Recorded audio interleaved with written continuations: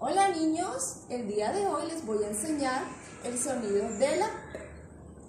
Vamos a repetir otra vez, el sonido de la. Muy bien, de la. Otra vez niños, repitan conmigo.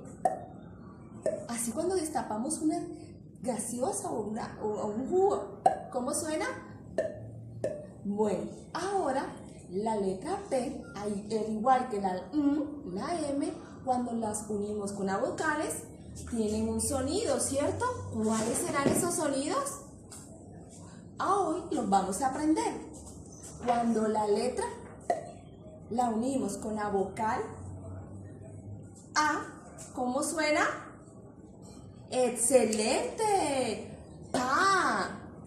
Otra vez, cuando la unimos con la vocal E, ¿cómo suena? Muy bien. P. Otra vez vamos a seguir. Cuando la unimos con la vocal I, ¿qué sonido nos da? Excelente. Pi.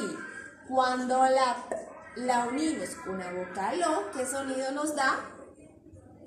Muy bien. Po. Ahora la última. Cuando la unimos con la vocal U, ¿qué sonido nos da? ¡Pu! Muy bien. Estos son los sonidos de la P. Pa, P, Pi, Po y Pu. Muy bien. Quiero que en casa practiquen estos sonidos. Bueno, mis amores, me despido. Ya lo saben. Nos vemos.